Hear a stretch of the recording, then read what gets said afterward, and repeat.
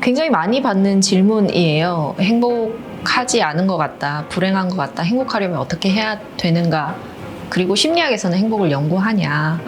물론 저는 행복을 연구하고 있고 했던 그 연구자이기도 한데요. 우리가 행복을 이렇게 어렵게 생각하는 이유는 행복에 대한 정의를 오해하고 있기 때문입니다. 말씀드린 것처럼 혹은 말씀하신 것처럼 행복이 어떤 삶의 거창한 목표이고 우리가 도달해야 하는 어떤 개념으로 생각을 하잖아요. 삶의 목적, 그리고 삶의 의미인 것처럼 이야기를 하는데 사실은 그렇게 접근해서 행복을 이해하는 건 철학적인 접근이에요.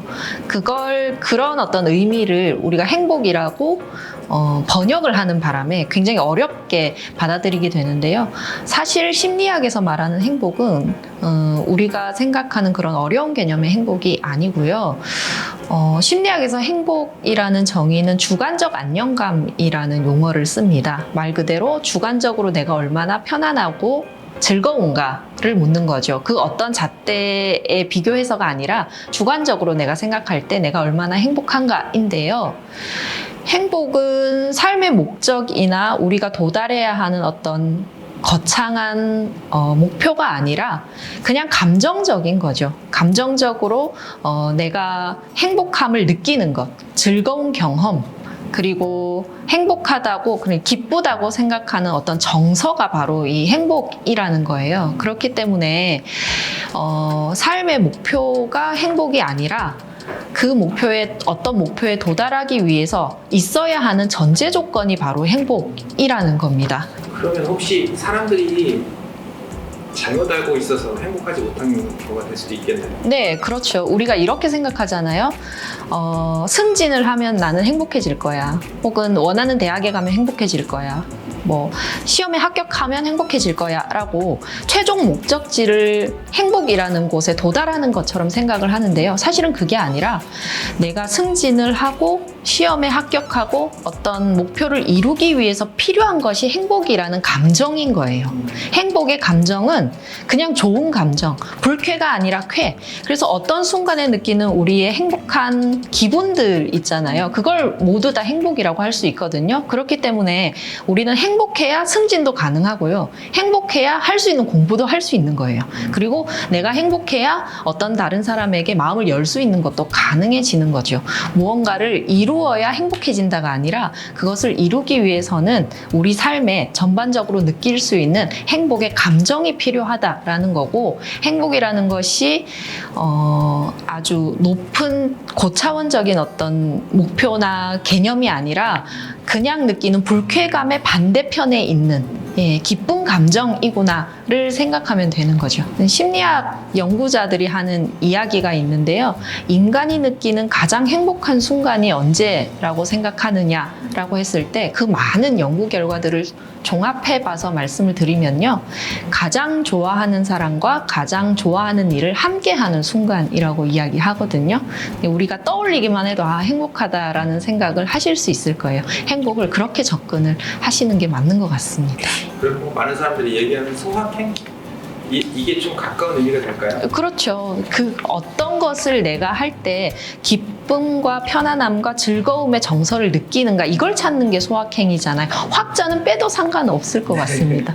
다만 행복의 조건이 뭐냐면요. 자주 느낀다는 거예요. 자주 느껴야만이 내가 행복한 삶을 살고 있구나, 그럼에도 불구하고 따뜻하구나를 느낄 수 있다, 이렇게 조언 드릴 수 있을 것 같습니다.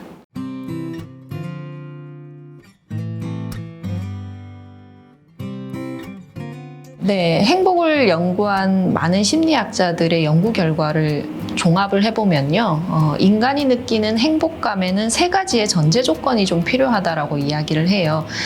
영양소의 3대 영양소, 탄수화물, 지방, 단백질이 있듯이 행복하려면 3가지의 어떤 조건이 갖추어져야 한다라고 하는데요. 제가 말씀드리는 이 조건들을 한번 챙겨보시고 혹시 어떤 것이 결함이 있어서 내가 이런 부분에서 좀 부족했구나 혹은 기쁨을 느끼지 못했구나를 아실 수 있을 텐데요. 그 첫 번째는 자유입니다. 인간이 자유롭지 못하면 굉장히 불행하죠. 우리가 어떤 순간이 불행한가를 생각을 해보면 내 의지대로 움직일 수 없을 때, 내가 선택한 것을 할 수 없을 때, 그리고 내가 하고 싶은 것을 못할 때가 불행한 거잖아요. 그게 바로 자유가 억압됐을 때거든요. 그래서 자유는 반드시 있어야 하는 조건이 되는 거고요. 두 번째는 유능감 혹은 유능함이라고 할 수 있습니다. 내가 어떤 것을 잘한다는 느낌, 그리고 누군가에게 나는 필요한 사람이라는 느낌이 있어야만이 사람이 행복할 수 있다는 거예요.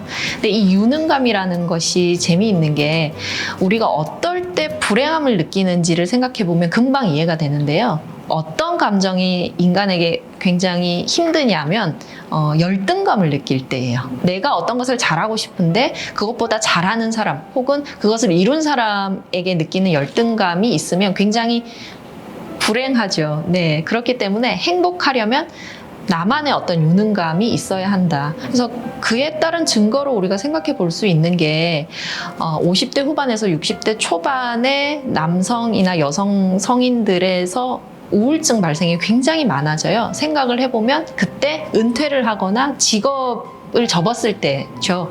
그때 상실되는 감정이 바로 이 유능함이에요. 내가 사회적으로 어떤 역할을 하고 있었는데 이것이 없어졌구나를 느끼면서 사람들이 불행하다라는 감정을 느끼는 거겠죠. 그리고 마지막 세 번째는요. 이건 나는 일평생 행복하게 살았다를 자타공인이 인정해주는 사람들의 공통점인데요. 주변에 좋은 사람들이에요. 인간관계라는 거죠. 좋은 인간관계 없이 행복한 삶은 아마 불가능할 겁니다. 예, 그 누구에게 혹은 그 어떤 사람들에게 내 주변에는 뭐 부부관계든 부모 자식 관계든 형제 관계든 친구 관계든 나를 좋아해주고 내가 좋아하는 사람들이 곁에 있다라는 이 느낌, 이것이 반드시 행복한 삶을 이루는데 혹은 행복을 느끼는데 필요한 작은 전제 조건들이 되겠습니다. 중요한 전제 조건이라고 해야 더 정확하겠습니다.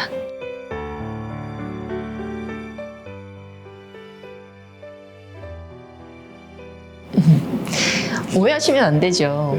혼자인 사람은 없습니다. 어떤 공간과 시간에 나 홀로 있는 시간은 있을 수 있지만 그 사람에게도 좋은 사람들은 있죠. 다만 우리는 이렇잖아요. 그 사람들과 시공간을 함께 할 때가 행복한지 아니면 혼자 있을 때가 행복한지를 기준으로 보는데요. 우리 인간이 불행하다고 생각하는 순간은 어떤 순간이냐면 내 주변 사람들과 혹은 내 인간관계가 힘들 때예요.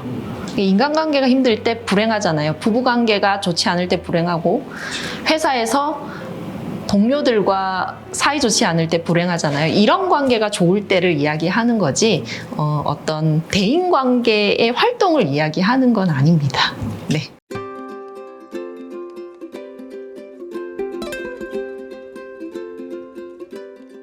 자존감과 자존심이 하필이면 용어가 글자 하나 다르게 따로 용어가 정해져 있잖아요. 용어가 다르다는 건 어떤 다른 의미를 지닌 개념이 필요하다는 뜻으로 제가 받아들여지는데요. 표현을 하면 자존감은 우리가 강하다라고 잘 하지만 자존심은 세다라고 표현하고 자존감은 높다 낮다라고 표현을 잘 하는 것 같아요. 비교 기준에서 차이점을 둘 수 있습니다. 자존심은 비교 기준이 다른 사람에게 있어요. 그래서 다른 사람보다 내가 나아 보이고 다른 사람보다 무언가를 잘하는 것에 훨씬 더 마음을 많이 쓰는 사람이 자존심이 세다라고 우리가 생각할 수 있는 것 같고요. 자존감은 비교 기준이 나 자신에게 있다고 이야기를 하거든요. 그래서 내가 생각할 때 나 자신이 지난 날보다 지금 어느 정도의 뭐랄까요, 제가 지향하는 지식적인 면이 얼마나 더 많아졌고 더 성숙했는가를 우리가 끊임없이 비교를 하면서 살 수 있는데 그런 부분에서 마음을 많이 쓰는 것을 우리는 자존감이라고 할 수 있을 것 같습니다. 조금은 다르죠. 네, 조금은 다르기 때문에 이야기가 많이 나오는 것 같아요. 그래서 교육에서도 사실 자존감에 대해서 네. 아주 어린 아이들부터 뭐 대학교 학생들까지 자존감에 대해서는 굉장히 많이 언급이 되는 부분인 것 같아요. 네, 근데 저는 어떻게 하면 자존감을 높일 수 있습니까? 라는 질문들을 하는데요. 이건 행복하고도 비슷하게 우리가 자존감을 어떻게 생각하느냐에 따라서 달라질 수 있는 이야기인데요. 제가 생각할 때는 어떤 높은 자존감을 가지기 위한 그런 생각이나 강박을 버리는 것이 오히려 자존감을 높이는 방법이라고 저는 생각을 해요. 덮어놓고 나는 괜찮은 사람이고 나는 훌륭하고 나는 충분히 기능하는 사람이다라는 생각보다 비현실적인 어떤 개념이나 혹은 비현실적인 착각을 통해서 무언가를 높이려고 한다면 훨씬 더 자존감이 떨어지는 일이고요. 오히려 내가 가지고 있는 모든 것들, 내가 가지고 있는 이 순수한 내 모습 그대로를 받아들일 수 있는 힘, 이것이 자존감이라고 저는 생각을 하거든요.